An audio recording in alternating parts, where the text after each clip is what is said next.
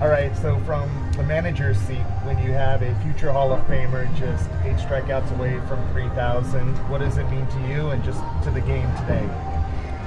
Well, I think right now Clayton's preparing to win, to prepare for the game. We're preparing for the game. Certainly being 8 away, there's a lot of anticipation in our clubhouse, obviously with media, the fans that are here, that are not here.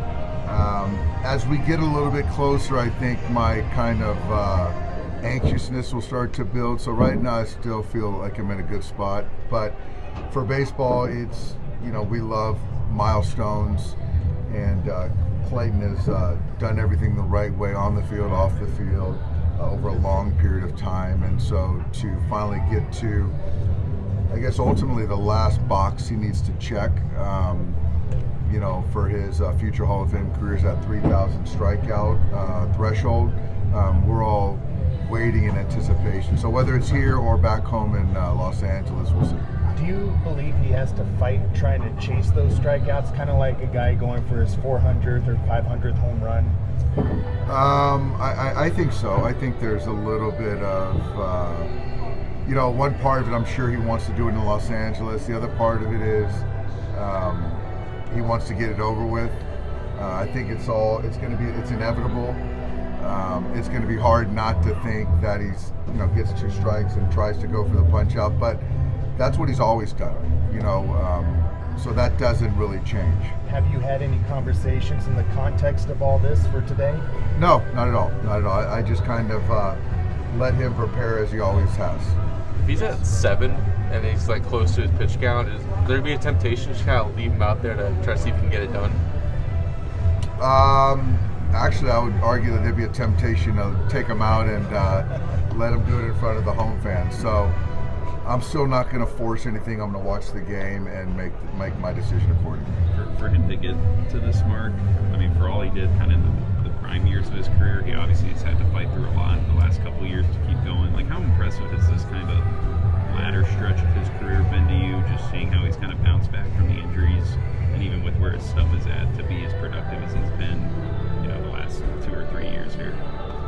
I just think that, Jack, that question, I think, is a whole nother segment, and I say that because it's a lesson in life, certainly on the more micro of our young pitchers that have considerably better stuff right now in their primes, to then see Clayton go out there and do what he does and get outs and pitch with efficiency, not feeling his best, and still takes the baseball.